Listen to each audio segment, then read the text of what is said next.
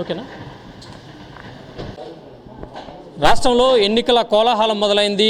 ప్రధాన పార్టీలన్నీ రాజకీయ ఎత్తుగడలు వేస్తున్నాయి. ఈ నేపథ్యంలో రాష్ట్రంలో నెలకొన్న వివిధ రాజకీయ అంశాలు మనతో చర్చించడానికి మాజీ హోంమంత్రి సుచరిత ఉన్నారు. సుచరితతో మాట్లాడిపించే ప్రయత్నం చేద్దాం. మేడం చెప్పండి, ఓవైపు నుంచి బీజేపీ, టీడీపీ, జనసేన ప్రధాన పార్టీలన్నీ కూడా ఒకవైపు నుంచి పోరాటం చేస్తున్నాయి మీ మీద. ఈ నేపథ్యంలో 175 సాధ్యమేనంటారు ఈ సమయంలో? 2014 ముందు కూడా తెలుగుదేశం, బీజేపీ, జనసేన అందరూ కూడా కలిసి ఒకే జట్టుగా వచ్చిన పరిస్థితుల్లో వైఎస్ఆర్ కాంగ్రెస్ పార్టీ కేవలం 1.2% ఓట్ బ్యాంకుతో ఆ రోజు అధికారంకు దూరమైన విషయం రాష్ట్ర ప్రజలందరికీ తెలుసు.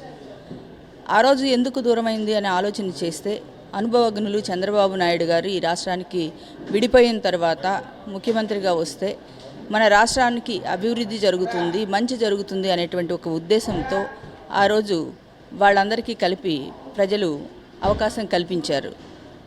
అదే పాలన చూసిన తర్వాత తిరిగి 5 సంవత్సరాలకి ఎన్నికలు వస్తే 2014లో 151 సీట్లతో శ్రీ వైఎస్ జగన్మోహన్ రెడ్డి గారిని ముఖ్యమంత్రిగా చేసినటువంటి రాష్ట్రం మన ఆంధ్ర రాష్ట్రం. తిరిగి మళ్ళీ 5 సంవత్సరాలు ఎన్నికలకి వెళ్ళబోతూ ఉన్నాము. గౌరవ ముఖ్యమంత్రి గారు చెప్పాడంటే మాట ఇస్తే తప్పకుండా పేద ప్రజల పక్షాన పాలన చేస్తాడు అనే ఒక భరోసా, నమ్మకం ఈరోజు ఆంధ్ర రాష్ట్ర ప్రజల్లో కలిసినాయి. ఎందుకంటే సంక్షేమం చూస్తే నేరుగా 7,77,500 రూపాయలు వాళ్ళ ఖాతాల్లోకి జమ చేసినటువంటి ఘనత ఎవరిదన్నా ఉంది అంటే అది కేవలం మన జగన్మోహన్ రెడ్డి గారిది. ఈ పాలన చూసిన తర్వాత ఎవరైతే పేద బడుగు బలహీన వర్గాల ప్రజలు ఉన్నారో ఈ సంక్షేమాన్ని వదులుకొని వేరే కొత్త ముఖ్యమంత్రులని తెచ్చుకోవాలి అని అనుకుంటారని అయితే నేను అనుకోవడం లేదు. ప్రజల్లో స్పందన చూస్తుంటే నా కొడుకు, నా బిడ్డ, నా తమ్ముడు అని గౌరవ ముఖ్యమంత్రి గారిని ఓన్ చేసేసుకున్నారు. వాళ్ళు రేపు బూతుల దగ్గరికి వెళ్ళి వాళ్ళ సంక్షేమాన్ని గుర్తు చేసుకుని మరి వైఎస్ఆర్ కాంగ్రెస్ పార్టీకి అండగా ఉంటారు అనే ఒక నమ్మకం. అందుకే 175 అనగలరు. రాష్ట్రంలో గెలుపు కోసం ఒకవైపు నుంచి ప్రధానమంత్రి మోడీ, అదేవిధంగా రాహుల్ గాంధీ లాంటి అగ్రనేతలను కూడా బరిలో దింపుతుంది ప్రతిపక్షాలు. ఎలా భావించాలి అంటారు? ఇబ్బంది అనుకోవాలా?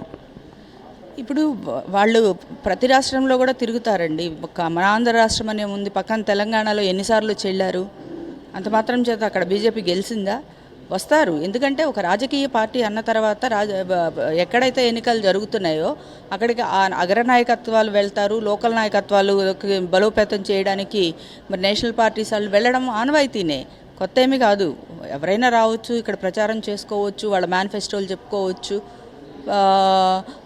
కానీ ప్రజల్లో ఒక నమ్మకం గురి ఎవరు కలిగిస్తే రేపు వాళ్ళదే గెలుపు. ఎందుకంటే అన్ని న్యాయస్థానాల కంటే అత్యున్నత న్యాయస్థానం ప్రజా కోర్టు.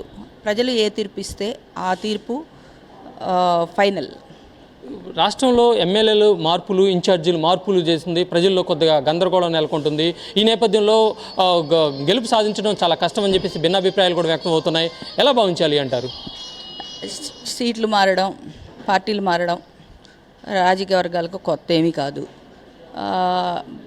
సాధారణంగా ఇంకా చెప్పాలి అంటే గత రాజకీయాల్లో ఎలక్షన్ రాబోయే ముందే పార్టీలు మారేవాళ్ళు.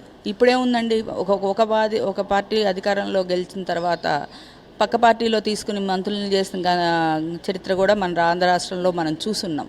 కాబట్టి ఇదేమీ కొత్త ఏమీ కాదు. అసెంబ్లీ స్థానాలు మారడం అన్నది కూడా పెద్ద వింతేమి కాదు.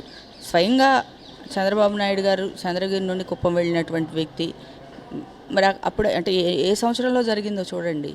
కాబట్టి ఈరోజు ఇదేదో కొత్తగా జరుగుతున్న ఒక వింతైనటువంటి విషయం అని మాత్రం అనుకోవద్దు. ఆంధ్రప్రదేశ్ రాష్ట్రాన్ని మోడీ కాళ్ళ వద్ద తాకట్టు పెట్టారని చెప్పేసి కాంగ్రెస్ నాయకురాలు, ఇదే విధంగా పిసిసి అధ్యక్షురాలు షర్మిల అంటారు. దీని మీద ఏమంటారు?